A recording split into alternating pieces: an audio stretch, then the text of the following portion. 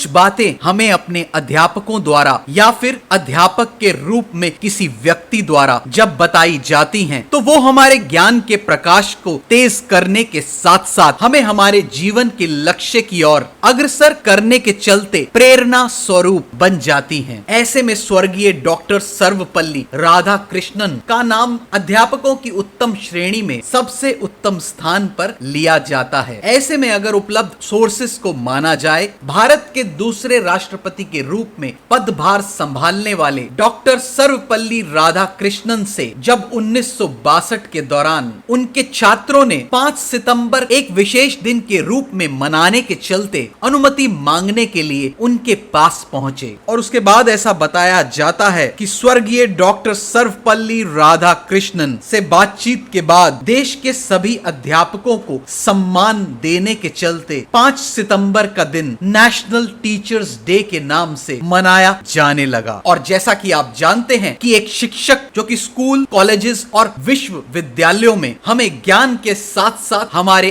अंतःकरण को भी उजागर करने की कोशिश करते हैं, और साथ ही वो व्यक्ति जिनसे हम अपने जीवन में किसी न किसी रूप में कुछ सीख कर आगे बढ़ने की कोशिश करते हैं। ऐसे में उन सभी विद्वानों को और डॉक्टर सर्वपल्ली राधाकृष्णन के द्वारा समाज को दिए गए योगदान के चलते आज भारत वर्ष 5 सितंबर को नेशनल टीचर्स डे के रूप में मनाता है, जिसमें हम डॉक्टर सर्वपल्ली राधाकृष्णन को याद करते हुए अपने आज के अध्यापकों को भी नमन करते हैं। और ऐसे में भारत के प्रधानमंत्री श्री नरेंद्र मोदी की हाल ही में नेशनल टीचर्स अवार्ड 2023 से नवाजे गए उन सभी टीचर्स से हुई मुलाकात, जिसमें प्रधानमंत्री ने एक बच्चे के भविष्य में शिक्षा के महत्व को लेकर अपनी बातें साझा की, ताकि इस नई और बढ़ती युवा पीढ़ी में अच्छे ज्ञान से विकास होने के चलते देश का भविष्य भी उज्जवल दिशा में भारत को नई ऊंचाइयों पर ले जा सके, जिसमें हमारे टीचर्स का योगदान, उनके द्वारा दी गई शिक्षा उन बच्चों के भविष्य को उज्जवल बनाने के साथ साथ देश की प्रगति में भी